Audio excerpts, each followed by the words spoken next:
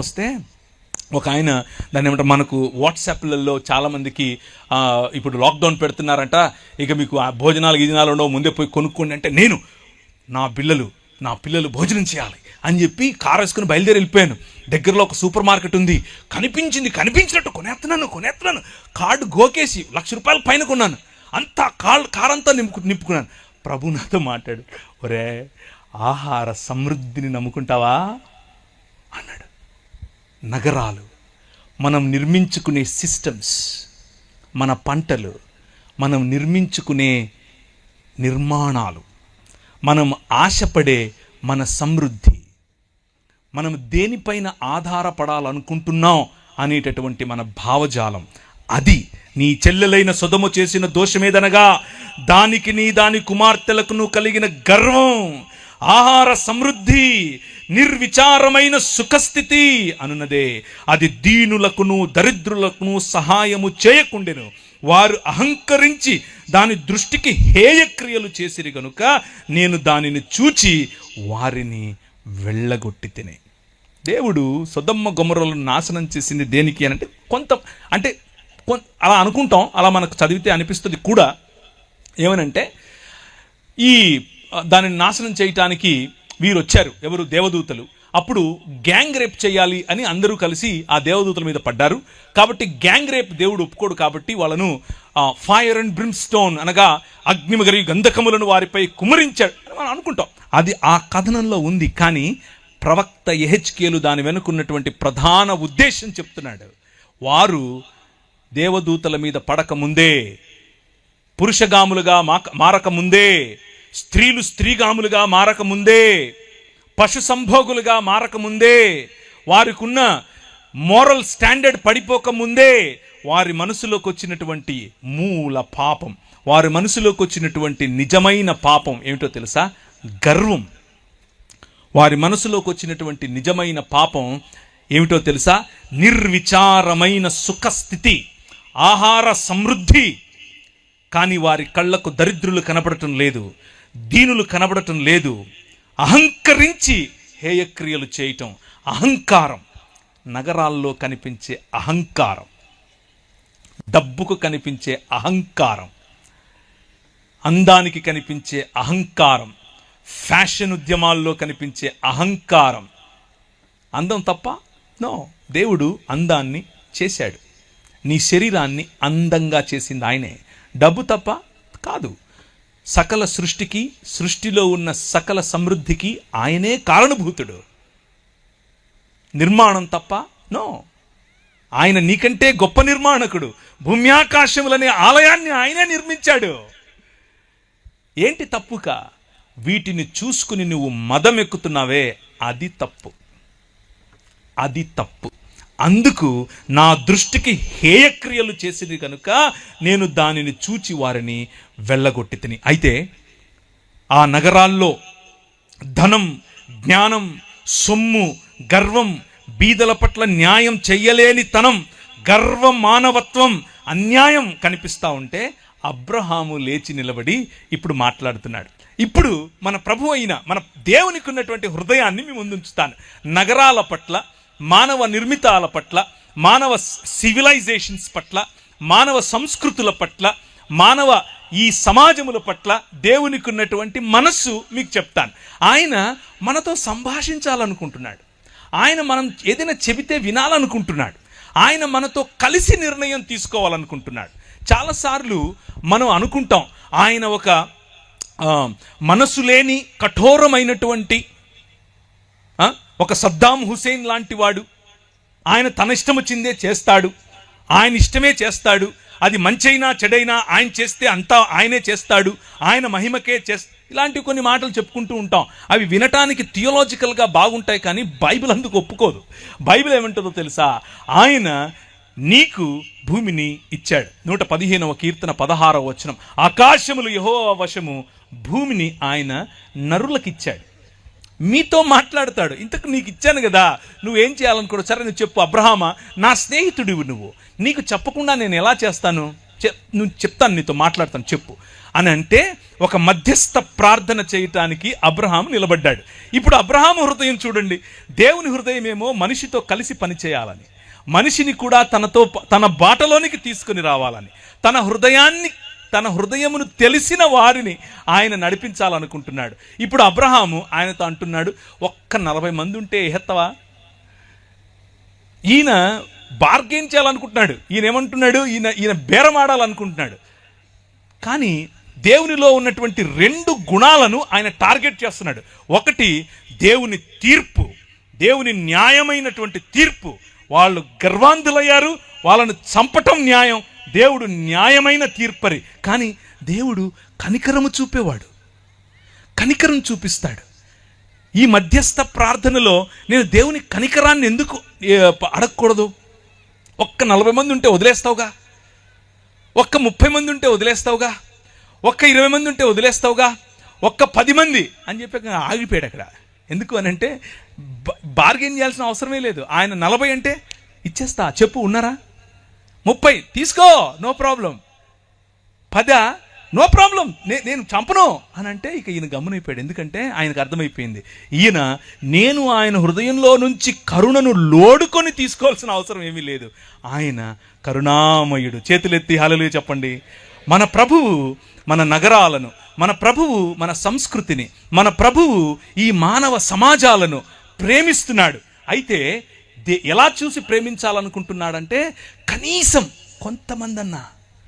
కొంతమంది చేసిన పాపం, కొంతమందికి వచ్చినటువంటి గర్వం, కొంతమందికి వచ్చినటువంటి అహం కారణంగా నగరాన్ని నాశనం చేయటం ఎంత సులువో, ఎంత నిజమో, ఎంత న్యాయమో, కొంతమందికి ఉన్నటువంటి తగ్గింపు, కొంతమందికి ఉన్నటువంటి నిజమైన మానవత, కొంతమందికి ఉన్నటువంటి కరుణ, కొంతమందికి ఉన్నటువంటి తన పొరుగు వారిని ప్రేమించే ఆలోచన ఉంటే ఆయన క్షమించటానికి, నీ నగరాన్ని క్షమించటానికి, నేనున్న నగరాన్ని క్షమించటానికి, ఆ ఛత్తీస్గఢ్ను క్షమించటానికి ఆయన సిద్ధమే. అందరం లేచి నిలబడదామా?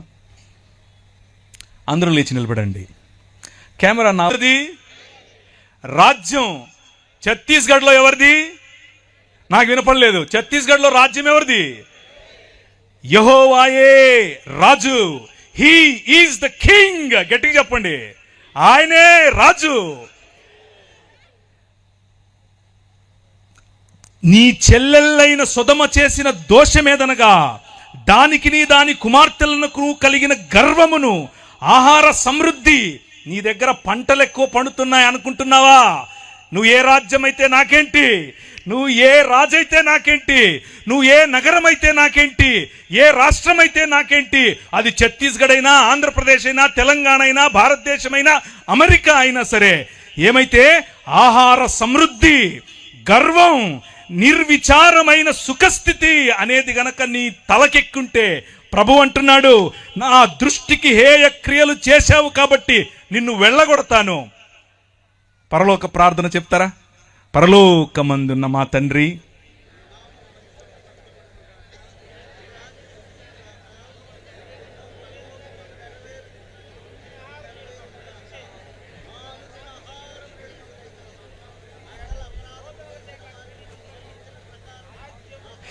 రాజ్యము, శక్తి, మహిమ నీదే. ఛత్తీస్గఢ్ ముఖ్యమంత్రిది కాదు. రాజ్యం, మహిమ, శక్తి ఎవరిది? నీదే.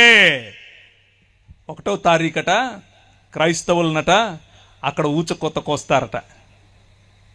ఆకాశమందు సింహాసనాసీనుడైన వాడు వారిని చూసి నవ్వుతున్నాడు. స్మైల్. హల్లెలూయా. అర్థమవుతుందా? వారిని చూసి స్మైల్ కొడుతున్నాడు. ట్రై చేయండి. మణిపూర్లో చేశారుగా, ఏమైంది? రాజ్యం ఎవరిది? మళ్ళీ చెప్పండి, రాజ్యం ఎవరిది? దయచేసి కూర్చోండి. ఇదే మధ్యస్థ ప్రార్థన ఆ రోజు అబ్రహాము చేశాడు. రాజ్యం నీది, ఆ నగరం నీది, ఆ నగరంపై రాజు నువ్వు. ఆ నగరంలో ఉన్న వాళ్ళని ఎలా చంపేస్తావు? చంపవు. వారి పట్ల మంచి హృదయం నీకుంటది. ప్రభువు వారితో మాట్లాడి నగరాల పట్ల ఆయనకున్నటువంటి, నగరాల పట్ల మనం చేయాల్సిన మధ్యస్థను మనకు నేర్పిస్తూ వారిరువురు అక్కడి నుంచి వెళ్ళిపోయారు. ఈరోజు రాత్రి ఊరికే పడుకోవద్దు. ఈరోజు రాత్రి ఈ విషయం తెలిసిన నువ్వు ఛత్తీస్గఢ్లో 1వ తారీఖునట 1000 మంది క్రైస్తవులను చంపితే గనక చంపాలి అని పిలుపునిచ్చారు ఒక ధర్మగురువు. ధర్మప్రభువులు చంపడమే తెలుసు. ఈ రాజు, నీ రాజు, ఈ రాజుకు చంపటం కాదు, కమ్ రా అని మరణాన్ని ఆలింగనం చేసుకోవటం నేర్పించాడు. హల్లెలూయా. ఏం ఆలింగనం చేసుకోవటం నేర్పించాడు? మరణాన్ని ఆలింగనం చేసుకోవటం నేర్పించాడు. ఎందుకో తెలుసా? సొదొమ గొమొర్రా పట్టణాలకు భవిష్యత్తు లేదు, కానీ ఆ రాజ్యంలో అయినా ఈ రాష్ట్రంలో అయినా క్రైస్తవ సమాజానికి భవిష్యత్తు ఉంది. ఏంటా భవిష్యత్తు? పునరుత్థానం. హల్లెలూయా. పునరుత్థానం కలిగి మనం లేవబోతున్నాం. పునరుత్థానం కలిగి మనం లేచినప్పుడు ఈ ప్రపంచం చూడబోతోంది ద కింగ్డమ్ ఆఫ్ గాడ్, దేవుని రాజ్యం.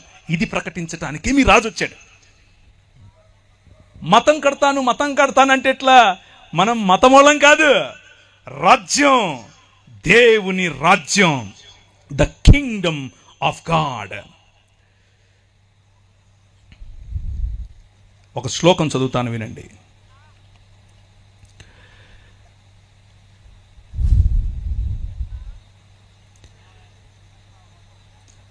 అస్మాకం ప్రభు పరమేశ్వర ఏక ఏవ యూయం సర్వంతఃకరణై సర్వప్రాణై సర్వచిత్తై సర్వశక్తిభిశ్చ తస్మిన్ ప్రభో పరమేశ్వరే ప్రియధ్వం. ఈ శ్లోకానికి అర్థం ఏమిటంటే, నేను మార్కు సువార్త చదివాను, టెన్షన్ పడకండి. నీ దేవుడైన యెహోవాను నీ పూర్ణ మనస్సుతోను, నీ పూర్ణ ఆత్మతోను, నీ పూర్ణ శక్తితోను ఏం చేయాలి? ప్రేమించాలి, ఆరాధించాలి, సేవించాలి. ఇత్యాజ్ఞా శ్రేష్టా తథా స్వప్రతివాసిన్ స్వవత్ ప్రేమ కురుధ్వం. అలాగే చెప్పండి, నిన్ను వలే.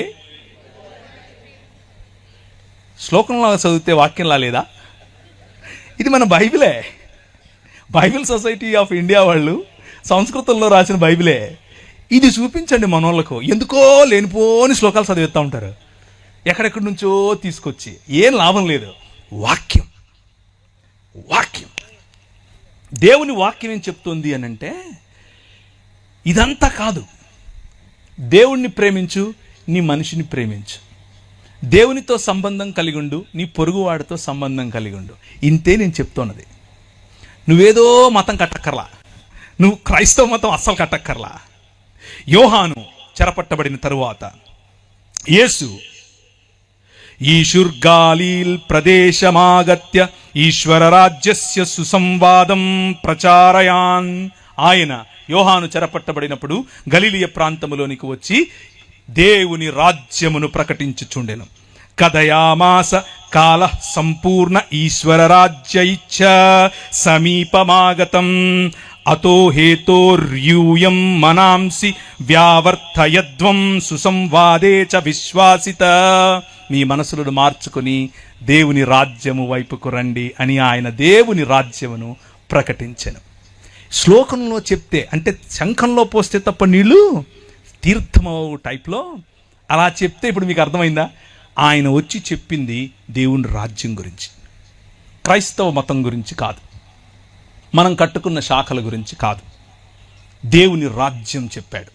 దేవుని రాజ్యంలో ఉండాల్సిన లక్షణాలు ఏమిటి అని అంటే, సొయ్యం లేకపోవటం, గర్వం లేకపోవటం, బీదల పట్ల మనస్సుండటం. అలా ఉంటే దాన్ని సొదొమ రాజ్యంగా చూస్తాడు, దానిని మానవ నిర్మాణమైనటువంటి ఒక నగరంగా చూస్తాడు. కానీ ఆయన రాజ్యం నీ పొరుగు వారిని ప్రేమించటం, ఆయన రాజ్యం నీ దేవుడైన యెహోవాను ప్రేమించటం.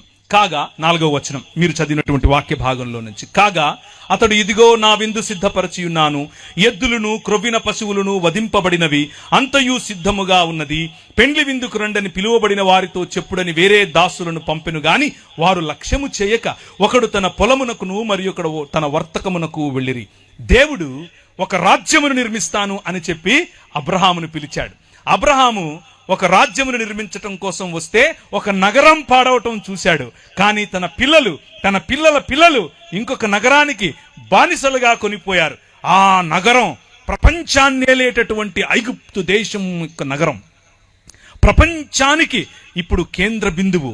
ఆ నగరంలో గొప్ప గొప్ప పిరమిడ్లు కడుతున్నారు. మా ఊర్లో ఏ విధంగా అయితే ఇప్పుడు కడుతున్నారో సేమ్ అలాగే అన్ని సంస్కృతులు ఇలాగే మొదలయ్యాయి, ఇలాగే హెచ్చయ్యాయి, అలాగే సర్వనాశనమయ్యాయి.